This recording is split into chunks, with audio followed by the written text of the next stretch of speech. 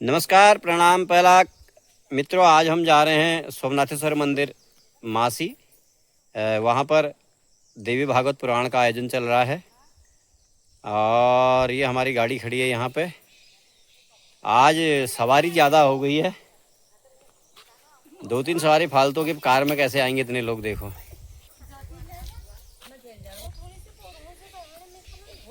और ये आगे हैं, ये हमारी दीदी हैं और देखो 2 धने तो ये हो गए। और ये हमारी भाभी जी हैं जो जजमान बने थे पहले दिन। और ये आगे हमारी ईजा, एक घर की सबसे बड़ी बुढ़िया आ गई लाठी टेक के। और ये बीच में हमारी चाची है और पीछे हमारी मैडम है। ईजा बोलो, हाय बोलो। बाय नहीं, हाय। ये ईजा है हमारी, ये चाची है और ये हमारी मैडम है। अब आज गाड़ी दीदी चलाओगी, मैं ही चलाऊंगा। जय हो जय। बैठ गई हमारी ड्राइविंग सीट पे और सवारी ज़्यादा है। देखो अब ये देखो, छोटी सी गाड़ी हमारी, पूरी हमने टैक्सी गाड़ी बना दी। दीदी गाड़ी चला रही है हमारी, मैंने इसीलिए दीदी से कहा कि गाड़ी चलाओ। 3 हम आगे बैठे हैं और 4 पीछे बैठे हैं। देखो ये देखो, हाँ 7 बैठे भैया। 4 की जगह 7 लोग बैठे हैं। अपने घर की सवारी, ओवर सवारी क्या मतलब है? जिसको नहीं ले जाएंगे खाली नौक मान जाएगा, हंक पड़ जाएगा फिर। तो ये हमारी देखिए रोड बिल्कुल फर्स्ट क्लास रोड है ये। और हमारे गुरुजन लोग भी पहुंच चुके हैं। देखो, जब भी सोमनाथेश्वर मंदिर में कोई भी कार्यक्रम होता है, मैंने आपको बताया था कि हल्द्वानी स्पेशल पहुंच जाते हैं और यहाँ पर सेवा के लिए बैठे हैं। और समस्त हमारे गुरुजन लोग भी यहाँ पे बैठे हुए हैं। हमारे हिमाचल गिरी महाराज जी और हमारे बेरवाल जी, देखिए भोले के भगत हैं, झाड़ू लेके लगे हुए हैं। देखो, सेवा करने में लगे, निस्वार्थ भाव से लगे और हाथ में झाड़ू है। देखो, ये भी आराम से बैठ सकते थे। और हमारा सोमनाथेश्वर मंदिर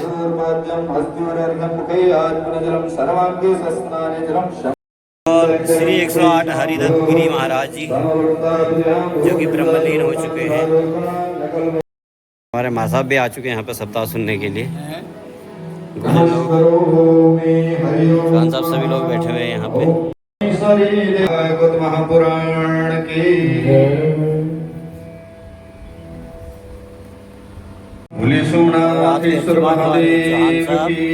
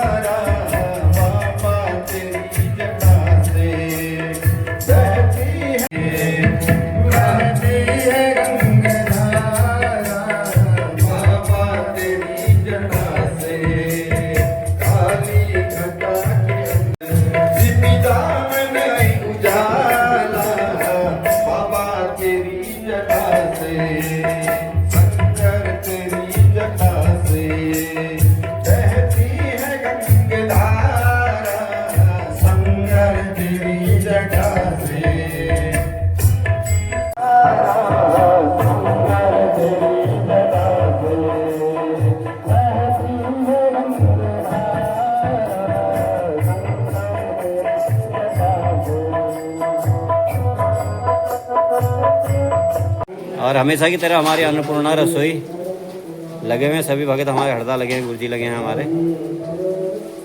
सभी भक्त बैठे हैं यहाँ पे, अब तो अपना कार्य सब कर रहे हैं। सामने हमारी कलकल करती हुई रामगंगा, स्वच्छ और निर्मल, हल्के से आसमान में बादल और बहुत ही सुंदर कार्यक्रम यहाँ पे हो रहा है। श्री देवी भागवत महापुराण 22 तारीख को यहाँ पे भंडारा है।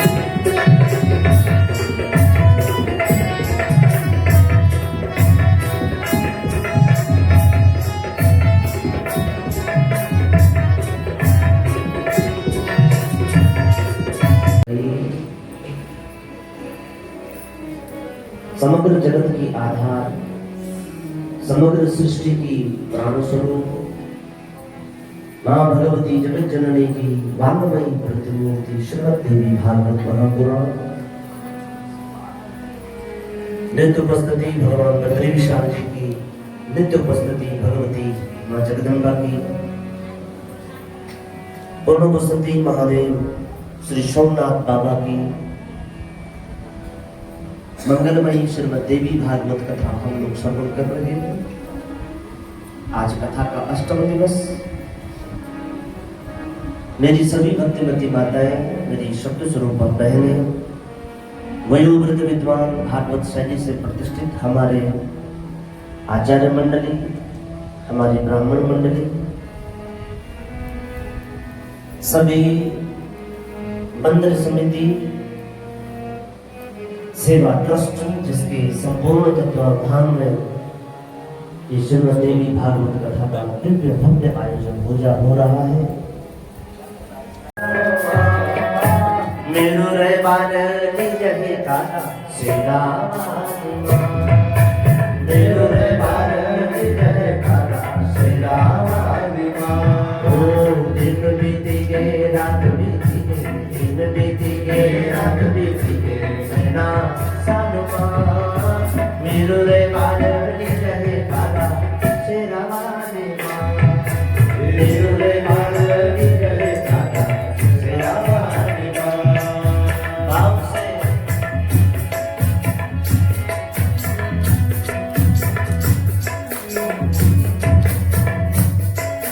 जगदम्बे मात की,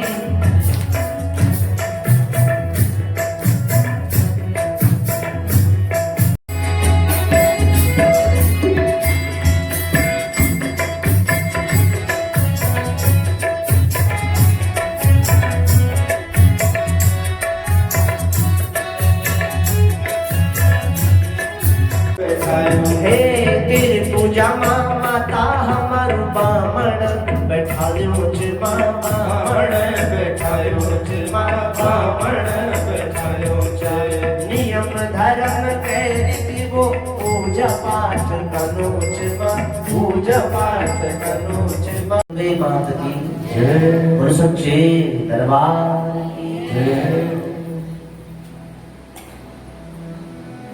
कर पाएगा तो कुछ अर्थ में भी आगे रहूंगी। हाँ, अपने पिताजी से मांग के लाऊंगी, अपनी मां से कहूंगी, अर्थ में कमी नहीं आएगी। तीसरा फेरा काम का होता है। काम का काम मतलब इच्छा। उसमें भी स्त्री, लड़की, कन्या आगे होती है। कामनाएं भी मैं बताऊंगी, घर में क्या चाहिए क्या नहीं चाहिए, घर की स्थिति परिस्थिति सारी बातें मैं बताऊंगी, कामना भी मैं प्रकट करूंगी। लेकिन जहां चौथा फेरा मोक्ष का आता है, धर्म अर्थ काम और मोक्ष, जहां फेरा मोक्ष का आता है वहां पति आगे हो जाता है। सब कुछ करूंगी लेकिन मोक्ष तेरे ही पीछे होना है। हाँ, मोक्ष तो पति के पीछे ही होना है। इसलिए माता पिता भ्राता हितकारी, माँ पिता भाई हितकारी हो सकते हैं लेकिन एक सीमा तक, अप्रमेय सुख, यहां तक मोक्ष का प्रदाता भी स्त्री के लिए पति है। हाँ, और ऐसे ही पति करी अपमाना, नारी पाओ जमपुर दुख नाना। ऐसे पति का जो स्त्री अपमान करती है, नाना प्रकार के दुख स्त्री संसार में भोगती है, नाना प्रकार के दुख। शुक्ल पक्ष की अष्टमी को महालक्ष्मी का व्रत, वो भी भगवती को ही प्रिय है। मंगलवार की मंगल कारिणी मंगल चंडिका का व्रत, वो भी भगवती को प्रिय है। और आषाढ़ मास की संक्रांति जो समस्त सिद्धि रिद्धि प्रदान कर देती है, आषाढ़ मास की संक्रांति का व्रत भगवती मनसा देवी को बहुत प्रिय है, भगवती मनसा के लिए अति प्रिय है। प्रत्येक शुक्ल पक्ष की अष्टमी को जो भी व्रत किया जाता है भगवती को बहुत प्रिय है। व्यास जी ने पूछा सनत कुमारों से, हे गुरुदेव, ये महालक्ष्मी का रहस्य क्या है, महालक्ष्मी का प्रारूप क्या है? ये बात तब की है जब भगवान श्री कृष्ण श्रीधाम वृंदावन में अनेक अनेक गोपियों के साथ में रास क्रीड़ा कर रहे थे। ये तब की है। हाँ, आपको पता है भगवान श्री कृष्ण के वाम भाग से राधा रानी का प्राकट्य है। श्रीमद् देवी भागवत के अनुसार देवी भागवत कह रही है कृष्ण के वाम भाग से राधा का प्राकट्य हुआ और दाहिने भाग से भगवती लक्ष्मी का प्राकट्य होगा। तभी भगवान श्री कृष्ण ने अपने एक रूप से दो रूप बनाए। एक तो मनुष्य अवतार था जो कृष्ण का अवतार था और एक भगवान नारायण का अवतार था। भगवान नारायण ने भगवती लक्ष्मी को वर्ण किया और भगवान श्री कृष्ण ने राधा का वर्ण किया। लोग कहते हैं कि भगवान ने राधा से प्रेम किया था तो रुक्मिणी से विवाह क्यों किया? असल बात ऐसी थी कि राधा जो है वो भगवान कृष्ण की अंतर्मुखी वृत्ति थी। हम लोग धारा के बस में हैं। राधा को उल्टा करो तो, राधा को उल्टा करो तो धारा। हम लोग धारा के बस में हैं। परमपिता भगवान कृष्ण राधा के बस में। राधा भगवान की अंतर्मुखी वृत्ति है, इसलिए भगवान उस राधा का वर्ण करते हैं। हम अगर ब्रह्म वैवर्त महापुराण पढ़ें, ब्रह्म वैवर्त महापुराण पढ़ें, खोल करके देखें तो वहां वर्णन है कि भगवान श्री कृष्ण का विवाह निधि वन में भगवान ब्रह्मा जी के द्वारा राधा के संग में कर दिया था। इसलिए भगवान श्री कृष्ण का नाम पड़ा था नवल किशोर। राधा के संग विवाह हुआ इसलिए भगवान का नाम पड़ा नवल किशोर। हाँ, लेकिन काल की ऐसी गति कि भगवान नारायण के पुत्र हुए ब्रह्मा। कश्यप की 13 पत्नियां, उनसे हिरण्याक्ष और हिरण्यकश्यप हुए। एक को मारने के लिए 12 अवतार धारण किया, एक को मारने के लिए नरसिंह रूप धारण किया। हाँ, फिर भगवान राजा बलि के आंगन चले गए वामन रूप धर करके। हाँ, सुनो,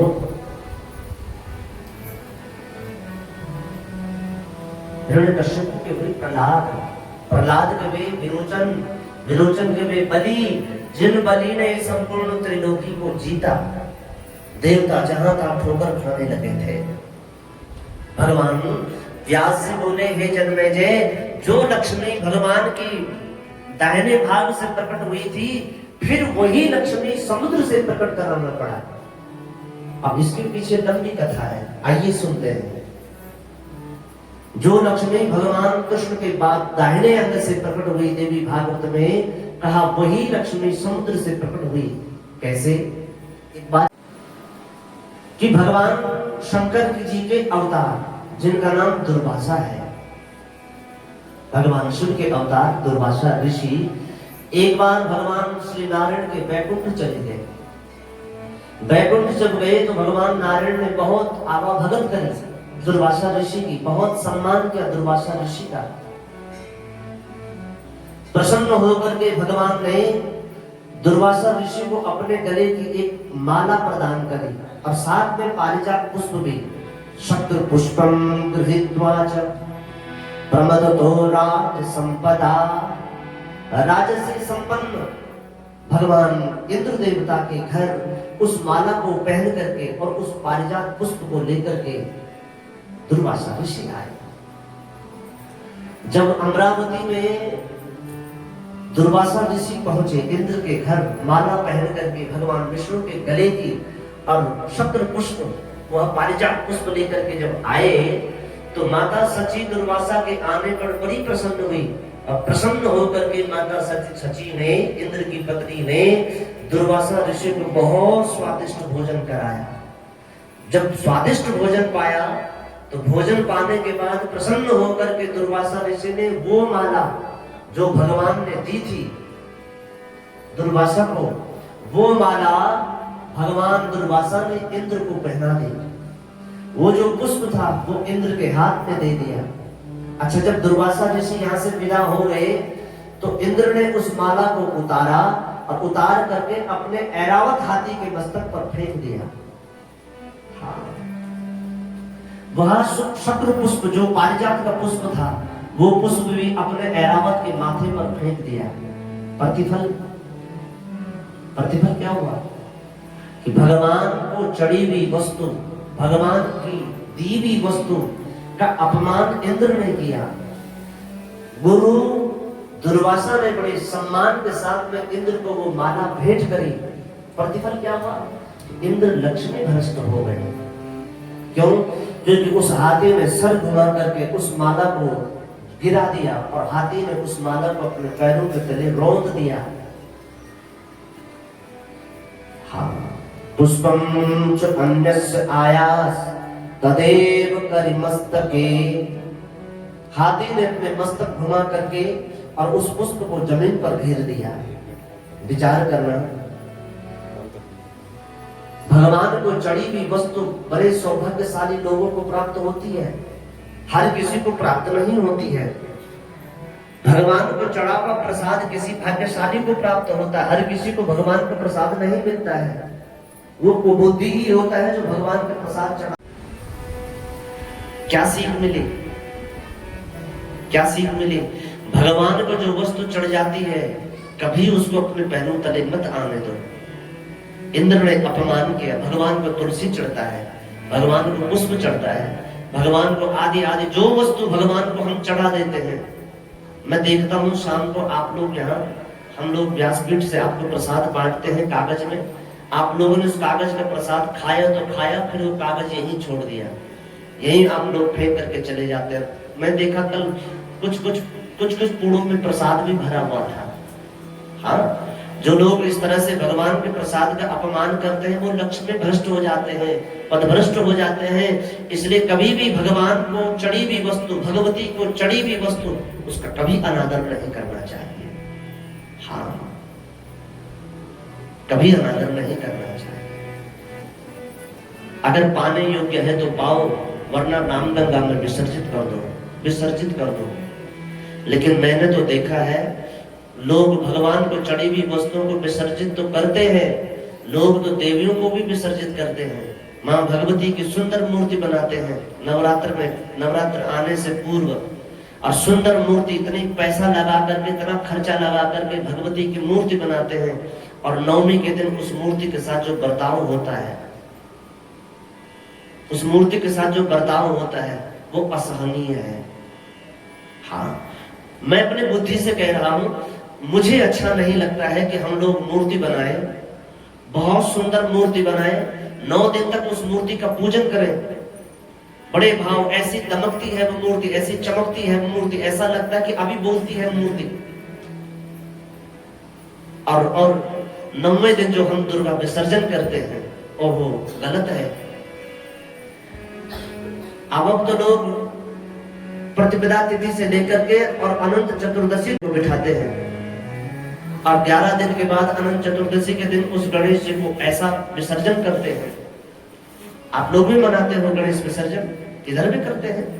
दुर्गा की मूर्ति को तो फेंकते ही गंगा में, गणेश जी की मूर्ति को भी फेंकते हैं, है? थोड़ा विचार करना मेरी बात का। इतने भाव से भगवान गणेश जी को चतुर्थी के दिन अपने घर लाना ठीक है। ये नया उत्सव चल गया है अब, क्योंकि मुझे हिंदू मतावलंबियों पर बड़ा तरस आता है। हाँ, हमने तो सुना था कि भगवान के पुष्प, भगवान के पास जो कुछ चढ़ा है, यज्ञ की सामग्री इत्यादि, जो राख इत्यादि बची है, उसको गंगा विसर्जन कर दो। ऐसा तो कभी नहीं सुना कि जिस मूर्ति को पूजो उसको भी विसर्जन करो। चतुर्थी को भगवान गणेश जी को लाना अपने घर में ठीक है। या प्रतिपदा, पहले नवरात्र को भगवती को अपने घर में बिठाना बहुत अच्छी बात है। लेकिन नवमी के दिन और अनंत चतुर्दशी के दिन नवरात्र में भगवती गौरी की दुर्दशा, और गणेश उत्सव में गणेश जी की, गौरी गणेश की दुर्दशा जो हम लोग करते हैं। हाँ, हम लोग तो किसी के घर पर अनुष्ठान करते हैं और देवताओं को तो हम कहते हैं मंत्रों से कि गच्छ गच्छ सुश्रेष्ठ स्वस्थान परमेश्वर। हे भगवान, जितने देवताओं का ब्राह्मणों ने आवाहन किया वो अपने अपने घर पर लौट जाए, फिर कभी मौका पड़ेगा तो दोबारा आपकी सेवा ली जाएगी या आपकी सेवा हम करेंगे। हे भगवान गौरी गणेश, आप सदा इस घर में रहें, ऐसा आशीर्वाद ब्राह्मण कहते हैं अनुष्ठान के बाद, पूर्णाहुति के बाद, कि गौरी गणेश हमारे घर में रहे, बाकी देवता अपने अपने स्थान को चले जाएं। लेकिन हम तो ठीक उसका उलट कर रहे हैं, हम तो गौरी गणेश को भी गंगा में बहा दे रहे हैं। हाँ। ये जो गणेश विसर्जन है ना, जितने बड़े गणेश उतना बड़ा पंडाल, जितना बड़ा पंडाल उतने ज्यादा पढ़े लिखे लोग वहां। क्यों? अखबार टीवी चैनल में छाने के लिए, हाँ, टीवी की सुर्खियां बनने के लिए। अच्छा, जितने बड़े पढ़े लिखे लोग वहां उतना बड़ा वहां चढ़ावा। दुख तो इस बात का होता है जब गणेश जी को पूरे बाजार में घुमाया जाता है, मानो कौन सा अपराध उस गणेश ने कर दिया, सारे ढोल लगाड़े बजा करके। ऐसे तो हनुमान जी को लंका में घुमाया गया था, राक्षसों ने हनुमान जी को बांध करके और लंका की गली गली में घुमाया था। किन्हीं लोगों ने हनुमान जी को पत्थर मारा, किन्हीं लोगों ने हनुमान जी को लात मारा, किन्हों ने हनुमान जी को घूंसा मारा। हम लोग गणेश को पूरे बाजार में घुमाते हैं और तब जाकर के उसकी स्थापना करते हैं। सुनो, स्थापना हो गई, बड़ी अच्छी बात है। होता है गणेश जी की मूर्ति के सामने नर नारी जब सेल्फीकरण करते हैं, सेल्फीकरण, और दुख तो तब होता है जब बड़े बड़े डीजे भगवान गणेश जी की उस मूर्ति के सामने लग जाते हैं। तब उससे ज्यादा और दुख तब होता है जब उन डीजे पर अश्लील गीत चलते हैं। दुख तो और ज्यादा तब बढ़ जाता है जब उन अश्लील गानों पर नचनियां नाच करते हैं।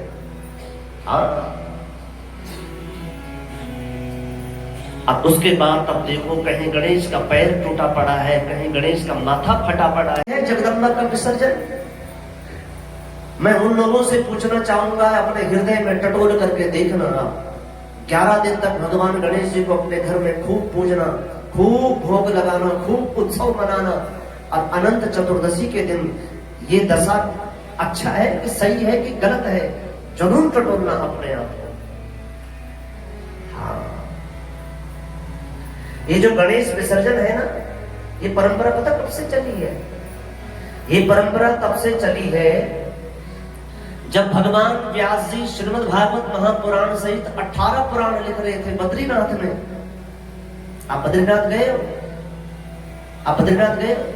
बद्रीनाथ माणा गांव के पास में सरस्वती नदी के तट पर भगवान आज भी वेद व्यास जी की कुटिया है।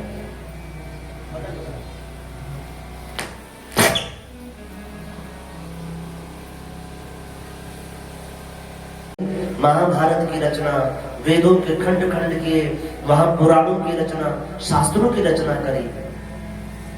सुनो, भगवान व्यास जी की सहायता के लिए चतुर्थी के दिन वहीं भगवान बद्री विशाल जी ने गणेश जी को भेजा था व्यास जी की सहायता के लिए कि गणेश जी आप जाओ और व्यास जी की सहायता करो। तो व्यास जी के हृदय से वो कई श्लोक निकलते गए। आंख बंद है क्योंकि इससे पूर्व नारद जी आकर के चले गए थे। कभी श्रीमद् भागवत महापुराण होगी तो सारी कथा सुनाऊंगा आपको। इससे पूर्व नारद जी और भगवान व्यास जी को समझा करके चले गए थे। तो व्यास जी के हृदय में कई श्लोक परिणित हो गए थे, उनके मुख से श्लोक निकल रहे थे। तो गणेश जी उन श्लोकों को लिख रहे थे। लिखते लिखते लिखते लिखते अष्ट सिद्धि का योग का भाव भगवान गणेश जी को हो गया। उन गीता के श्लोकों से, उन वेद के श्लोकों से, उन पुराणों के श्लोकों से भगवान गणेश जी के शरीर से एक विशेष प्रकार की ऊष्मा निकलने लगी। भगवान गणेश जी के शरीर पर गीली मिट्टी का लेप किया था, आद्र मिट्टिका का लेप किया था। थोड़ी देर को भगवान गणेश जी को सरस्वती नदी में रखा था और उसको नाम दिया था विसर्जन का। भगवान व्यास जी को भी ये पता नहीं था कि भविष्य में भगवान गणेश जी के साथ ऐसा होगा। हाँ? इसके बाद हमारे कवि हुए जिनका नाम हुआ बाल गंगाधर तिलक, उन्होंने ये प्रथा चलाई थी विसर्जन की। उनको भी नहीं था पता कि भगवान गणेश जी का भविष्य कलिकाल में ऐसा होगा। हाँ, मैं उन लोगों से पूछना चाहूंगा,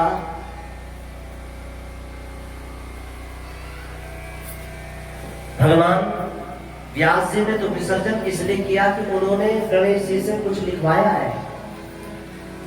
जो लोग गणेश विसर्जन करते हैं, क्या उन्होंने भी गणेश जी से कोई काम करवाया है, या गणेश जी ने उनके घर में आकर के कुछ ऐसा काम किया है कि वे लोग विसर्जन कर रहे हैं? विचार करना, क्या हम लोग व्यास जी के समकक्ष हो गए? क्या हम भगवान व्यास जी की बराबरी कर रहे हैं जो भगवान गणेश जी को विसर्जित कर रहे हैं? भगवती की मूर्ति को विसर्जित गलत है। हाँ, जो गलत है उस गलत के लिए हम यही नहीं, जहां जहां कथा गाते हैं वहां जरूर कहते हैं। हम नहीं बोलेंगे तो फिर कौन बोलेगा? ना सुधरना वो समाज का काम है। हाँ, चयन करना समाज का काम है, हमारा काम है जो सही है। इसलिए कहते हैं कि भगवान को चढ़ी हुई वस्तु को अपने पैरों में मत आने दो।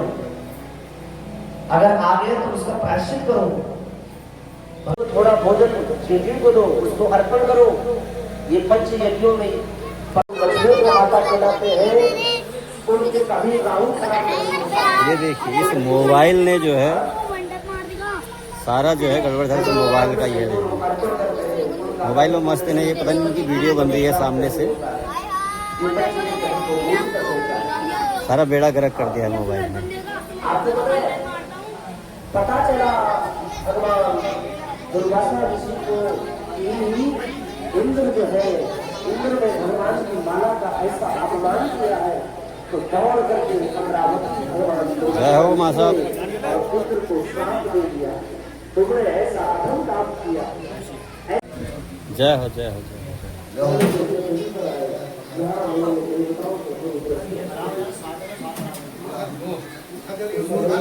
और ये शाम की जो है भंडारे की तैयारी हो गई है। जय हो जय हो। हरे कृष्णा हरे कृष्णा। जय हो प्रधान जी, जय गुरुदेव। हमारे प्रधान जी हैं। प्रथम दिन और उसी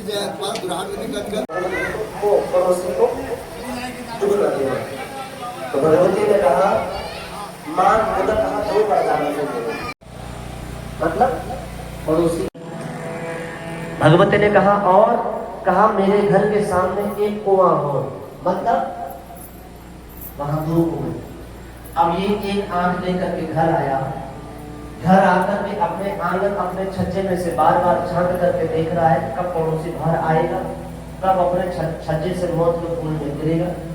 और एक दिन बेचारा वो पड़ोसी हाथ में छड़ी लेकर के जैसे तैसे करके इधर उधर लगाते फिरते छज्जे में आया, और छज्जे में आकर के अब ये देख रहा है उसका जो पड़ोसी जिसने वरदान मांगा था, ये देख रहा है कि अब गिरता है ये कब गिरता है, अब गिरता है कब गिरता है। ताका झांकी करते करते खुद ही ये अपने वाले कुएं में गिर गया, खुद ही गिर गया।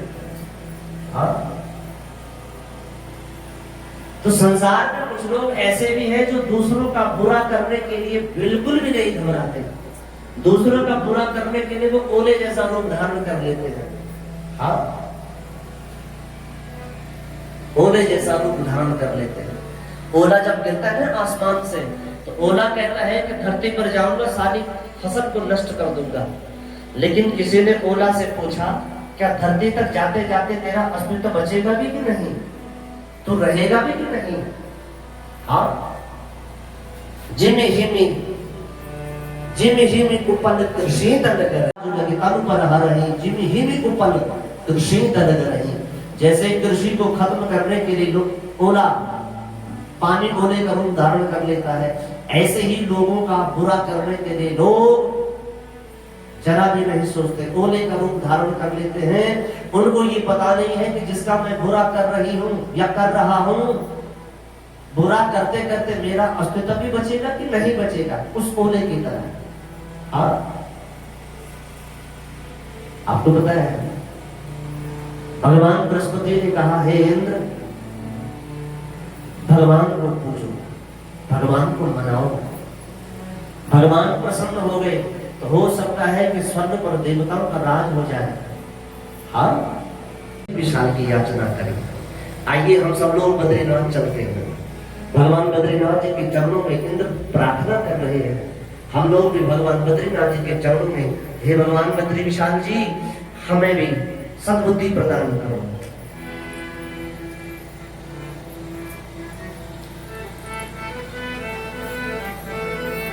हो बद्री नारायण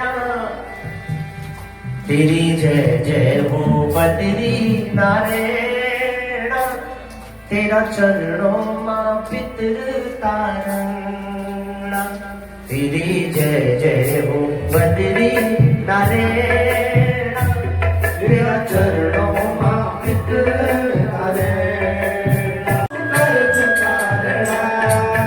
बद्री नारायण तेरा बद्री नारायण बद्री नारायण मेरा बद्री नारायण हे बद्री नारायण तेरा बद्री नारायण हे बद्री नारायण तेरा बद्री नारायण जय हो।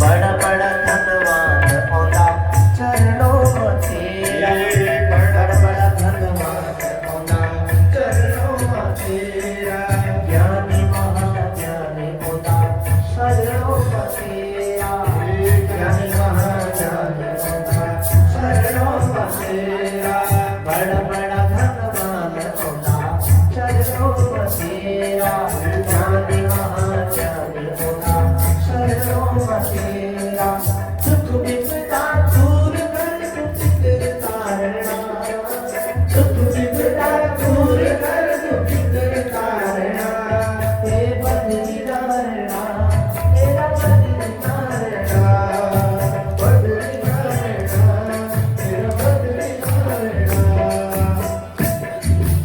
नारायण पर्वत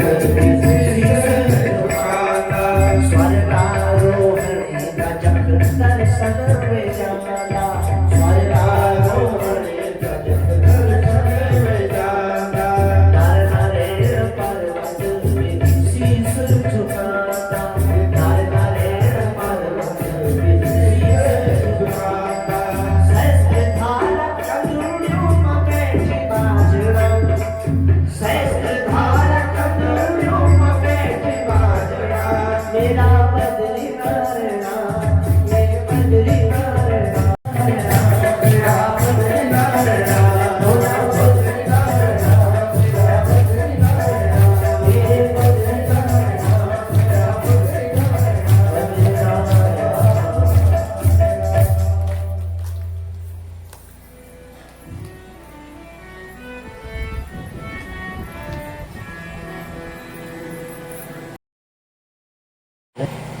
क्यों? राजा के मन में चिंता होगी भाई जिनके गांव में महल बनाया, देश विदेश के लोग महल देखने के लिए आए, लेकिन गांव का प्रधान महल देखने के लिए नहीं आया। हो न हो प्रधान के दिल में ऐसा हो कि महल देखने क्यों नहीं आया, ऐसा हो कि गांव में क्यों बनाया महल, बिना प्रधान की ऑथोरिटी के बिना, बिना प्रधान के साइन के बिना, बिना प्रधान के मोहर के बिना गांव में महल कैसे बन गया। जब महल पूरा बन गया, सुनो, तो राजा ने अपने सेवकों से कहा प्रधान को बुला के लाओ। अब प्रधान को कैसे बुलाया गया? प्रधान के गले में रुपयों की माला डाल करके, प्रधान के गले में फूलों की माला डाल करके, ढोल नगाड़े खूब रणसिंगा बजा करके प्रधान को महल में लाया गया।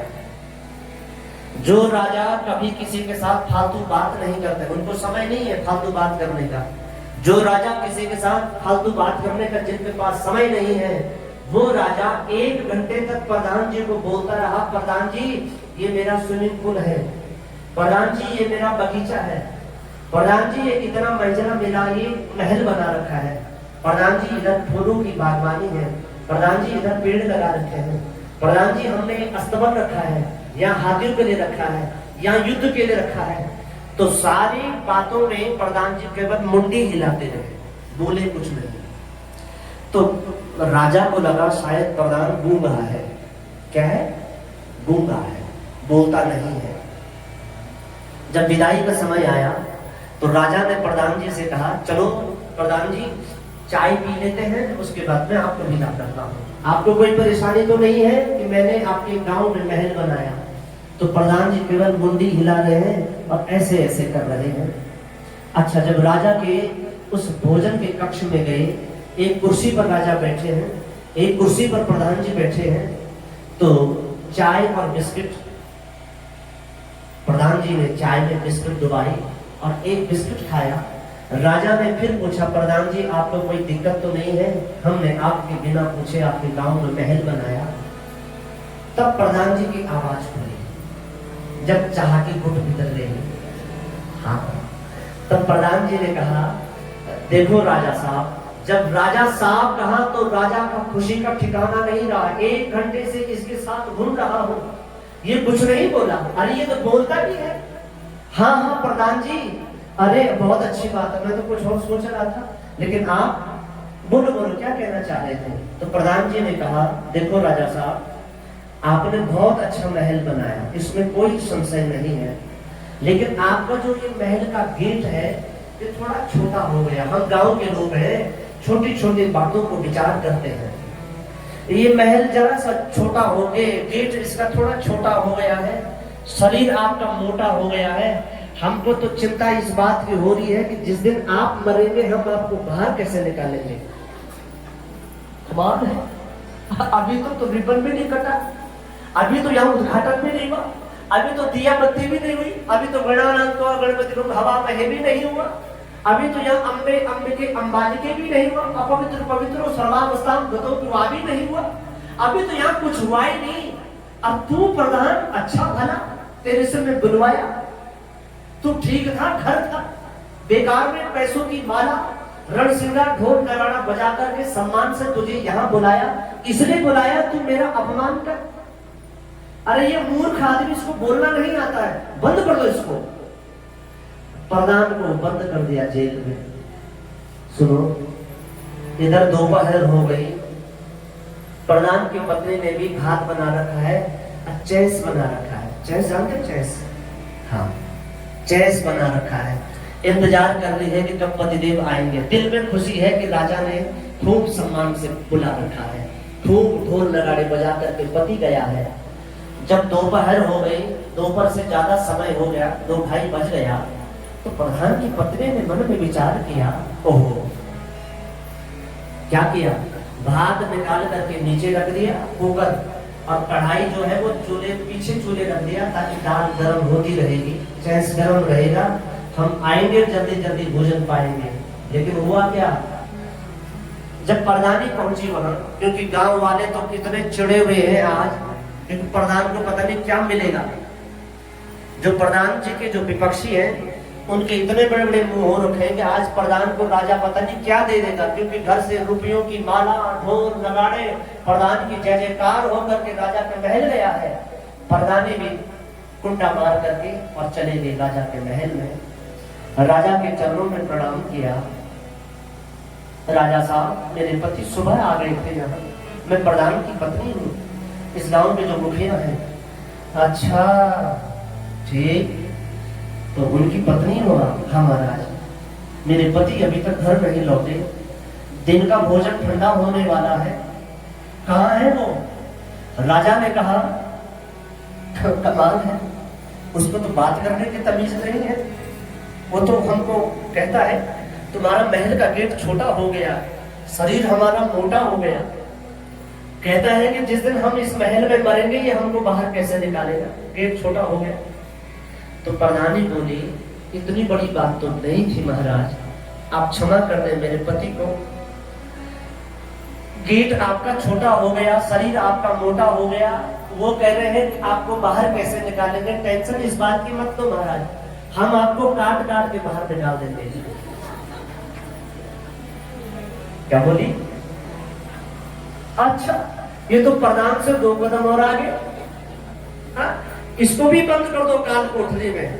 अब प्रधान भी बंद, प्रधानी भी बंद। अब प्रधान का एक लड़का 3 बजे स्कूल की छुट्टी हुई, वो घर आया, दरवाजा खोला, बस्ता उतार करके एक तरफ फेंका, स्कूल के कपड़े भी नहीं उतारे, और अगल बगल पूछा, चाची ताई मेरी माँ पिताजी कहाँ है? हाँ, मेरा ईजा बाजू कहाँ है? तो चाची ने तो बड़ा मुंह बना रखा है, हाँ आज तो पता नहीं क्या मिल रहा है। आईने में ढंग से बात नहीं करी, रिश्तेदारों में ढंग से बात नहीं करी। हमें क्या पता कहाँ है, हमें क्या मालूम क्या है, तेरे माँ बाप का हम अब पता नहीं क्या। एक बुढ़िया माता गांव में, उसने कहा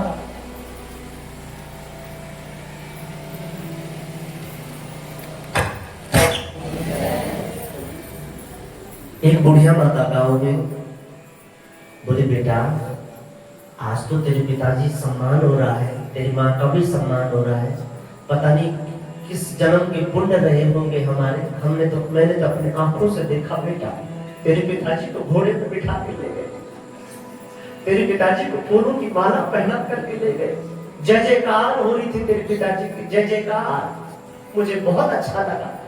बेटे ने सुना, दौड़ा दौड़ा महल गया, राजा के चरणों में प्रणाम किया। राजा साहब प्रणाम, आज तो मेरे माता और पिताजी यहाँ आए थे, कहाँ है वो? तो शांति दिख रही है, कहाँ है? अच्छा उनका बेटा है तो? हाँ महाराज उनका बेटा हूँ। कहाँ है? कि तेरा बाप तो ऐसा बोलता है। और तेरी माँ कहती है कि चिंता मत करो, तुमको हम काट काट के बाहर निकाल देंगे। तो लड़का बोला ओहो आप चिंता न करें महाराज, हम आपको भीतर ही फूक देंगे, हम आपको। कुछ लोग ऐसे जिनको बोलना नहीं आता है, बोलना कुछ और होता है, बोल कुछ और जाते हैं। हाँ कई लोग ऐसे हैं संसार में, उनको पता ही नहीं कि धर्म होता भी कि नहीं होता। जैसे वो प्रधान जी, भागवत वाले प्रधान जी, मार खा खा करके जिन्होंने भागवत श्रवण करी। आचारो परमा धर्मा नायका। आचार्य हुए थे, माता सीता भी पास में बैठी हुई थी कि अचानक माता सीता की नजर राम जी के चरणों पर पड़ी। तो माता ने राम जी से कहा सुनते हो? राम जी बोले क्या? कि तुम्हारे चरणों से ज्यादा सुंदर मेरे चरण हैं। राम जी बोले गलत कह रही है, तेरे चरणों से ज्यादा सुंदर मेरे चरण हैं। अब पति पत्नी में लड़ाई हो गई। राम जी कहते हैं मेरे चरण सुंदर हैं, सीता कहती नहीं मेरे चरण सुंदर हैं। तो भगवान राम बोले इस बात का फैसला तो लक्ष्मण कर पाएगा, क्योंकि लक्ष्मण फल फूल लेने के लिए गए हैं, लक्ष्मण को आने दो। और लक्ष्मण जब आए तो भगवान राम ने लक्ष्मण जी से कहा भैया यहाँ तो हम दोनों में लड़ाई हो गई है, अब लड़ाई का समाधान तू कर। सीता कहती है कि मेरे चरण सुंदर हैं, अब मैं कहता हूँ मेरे चरण सुंदर हैं, तू बता किसके चरण सुंदर हैं। अब लक्ष्मण जी बोले कैसा धर्म संकट मेरे लिए, मैं अगर माता के चरण सुंदर कहता हूँ तो राम जी दुखी, राम के चरण सुंदर कहता हूँ तो माता दुखी, किसके चरण सुंदर बताऊं? तो सबसे पहले सीता के चरणों की ओर इशारा करके कहा भैया आपके चरणों से ज्यादा सुंदर इनके चरण है। हाँ, सीता खिलखिला करके हंसी, कहा कब से कह रही थी, कब से मानते ही नहीं मेरी बात को, आज दिन तक आपने मेरी कोई बात मानी है या मैंने अपनी बात आपसे मैं मनवा सकूं? मेरी इतनी हिम्मत, मैं कब से कह रही हूं कि मेरे चरण सुंदर हैं, मानते ही नहीं है लखन। तो लक्ष्मण जी बोले ज्यादा प्रसन्न होने की जरूरत नहीं है माता, आपके चरणों से ज्यादा सुंदर राम जी के चरण हैं। अब राम जी प्रसन्न हो गए, अरे हाँ मेरा भाई, भाई का ही पक्ष लेगा, क्यों नहीं लेगा, मेरा भाई है। मैं कब से कह रहा था लक्ष्मण कि मेरे चरण सुंदर है, ये मानती नहीं है। सुनो, राम जी से भी भगवान लक्ष्मण कहते हैं आपको भी प्रसन्न होने की आवश्यकता नहीं है भैया। क्यों? क्योंकि माता सीता आपके चरण इसलिए सुंदर हैं, आपके चरण तब सुंदर हैं जब राम जी के चरण हैं, क्योंकि राम जी के पीछे चलती हो आप, राम से आगे नहीं चल सकती, इसलिए तुम्हारे चरण सुंदर नहीं है, राम जी के चरण सुंदर हैं। सीता जी चुप हो गई। अब भैया आपके चरण इसलिए सुंदर हैं क्योंकि आपका आचरण सुंदर है, जब आपका आचरण सुंदर है तब जाकर के आपके कर्म सुंदर है। हाँ, आचरण।